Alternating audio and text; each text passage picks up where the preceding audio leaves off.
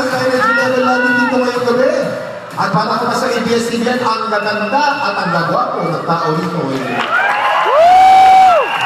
Kuya Kim, nais ko pong tawagin si Coach John, if you can join Kuya Kim near the center. At pagpaumanhin niyo po ang isang napaka-importante tatawagin kong tao at nais po namin i-welcome ang ating bagong teammates dito sa Team Sante. I'd like to call Mr. Joey Marcelo to join me one more dito po sa entablado para ma-welcome naman po ang ating bagong dalawang teammates dito sa Team Sante. Sir, please join us on stage.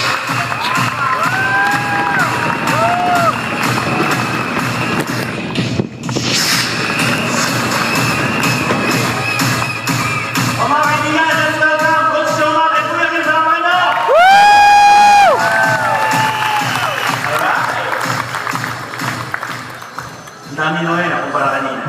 Puno-puno na tayo, grabe.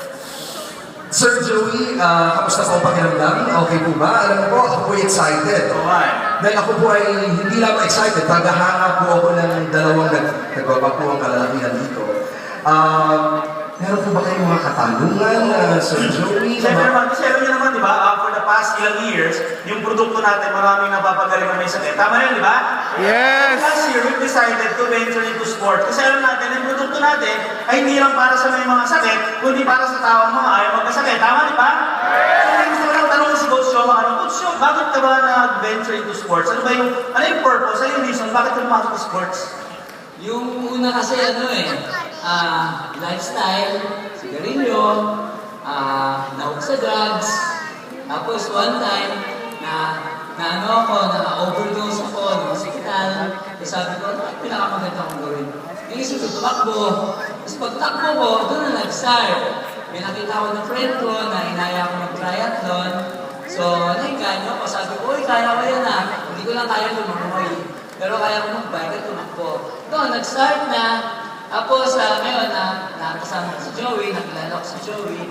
So, nag-try ako nung Sante Barley na drink. Sabi ko, ang ganda naman dito sa katawan mas healthy siya. Ngayon, ang bilis ng recovery. Tuwing mag-training kami, yung recovery niya, so napipil ko kagad.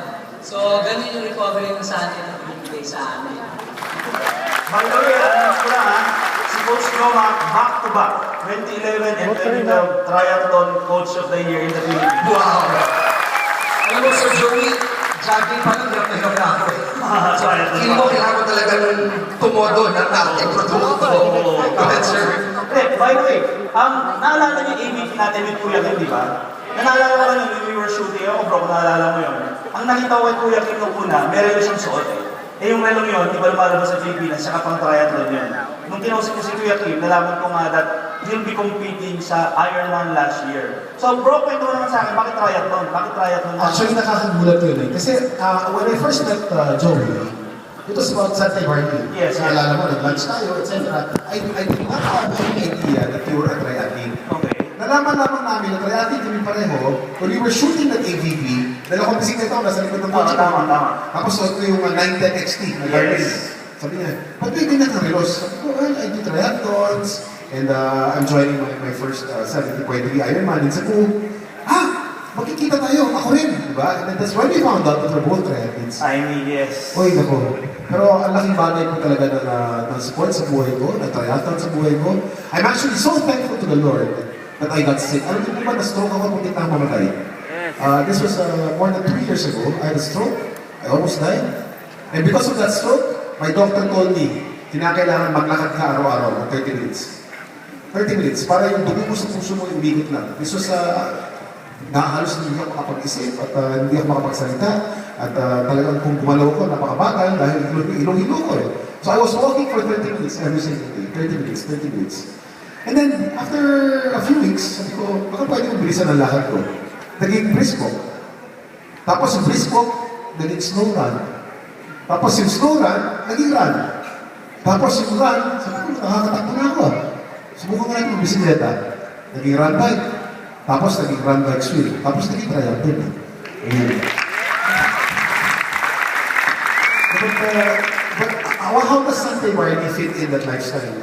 Alam niyo po, ang Sante Barley, of course, I don't have to tell you this because you know this eh.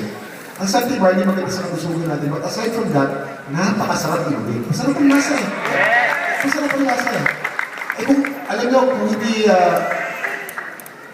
ang part of my agreement with Joey, kinakailangan meron ng ilang kahon ng Sante Barley sa bahay. Daan-daan libo bang Medyo marami, di ba? Dapat meron siguro mga ilang kahon. Siguro mga 3-4 kahon na kada buwan. Dapat, na iniinom ko, para sa akin. After about 3 months, tinawagan ko si Joey, kulang. Bakit? Bakit Kuya Kim? Bakit ang lakas mo ng Sante? Sabi ko, hindi. Ang misis ko na addict na rin sa Sante. Nasarapan siya niya. At ay lahat, sino po rin pamilya ng Sante? Taas ang kamay. Ano po kulay ng pupo natin sa banda? Green na green na sopa. Healthy. And that is healthy. That's all good for us, di ba? But the Sante is a good product. It's good for your health. And it's good. Napakasarap inumin. I look forward to after every run because I know that after a 10K, after 20K, 21K, meron akong Sante Barley. Masarap. Kuya Kim, yes, Coach Jokang, if I may ask a question, I think it is very obvious na kami lahat ay tinitingala namin po kayo being in authority, in being healthy, in being a triathlete, in being an athlete. What made you, what convinced you to be part and to be teammates of Sante? What convinced you to say yes? Sante na tayo.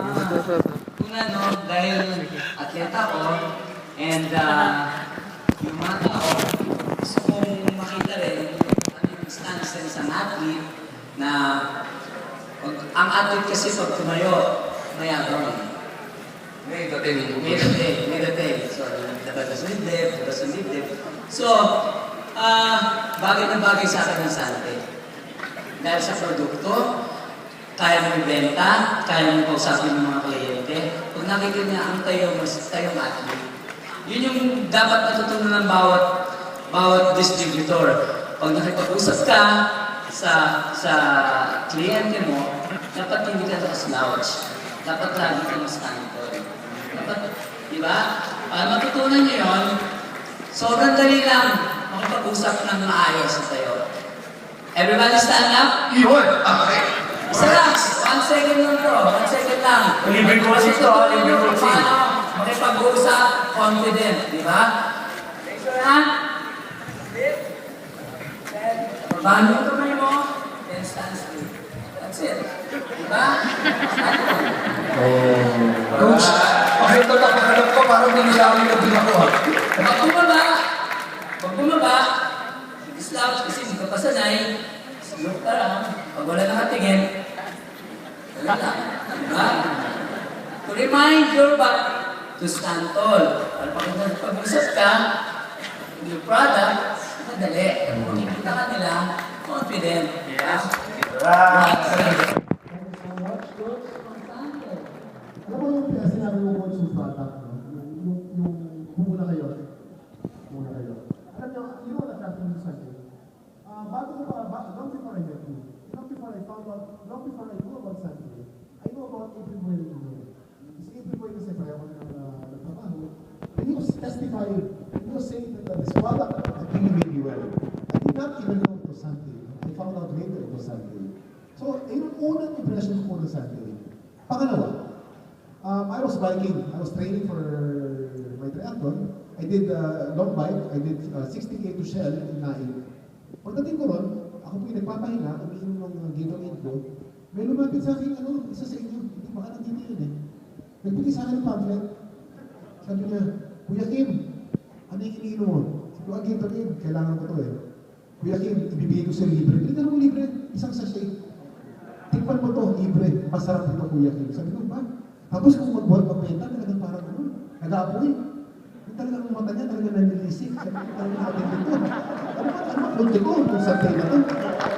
Nanilisik talaga. Kuya, kitikman mo, masarap na yan. Ayun na, nagpagaling kay April Boy.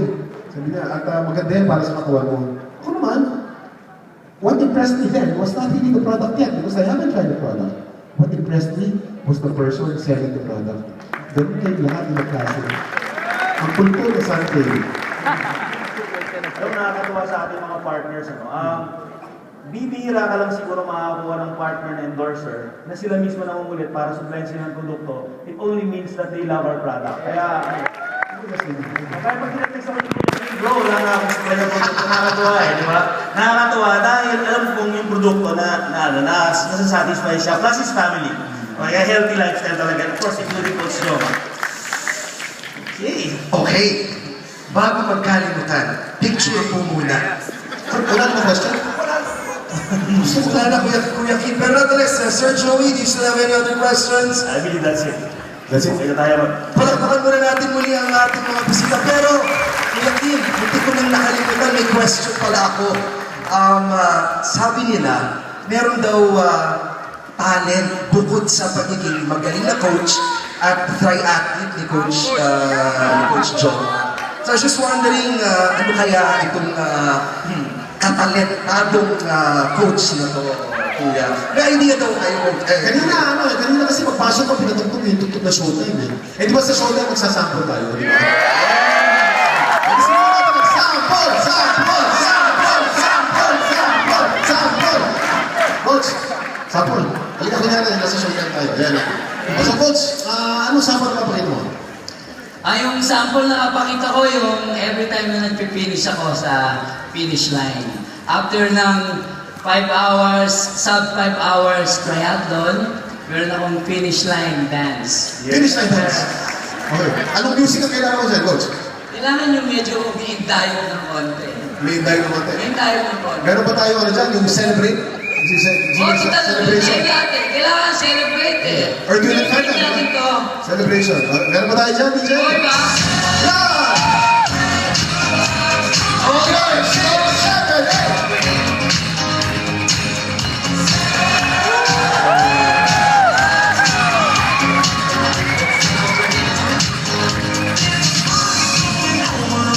Finish.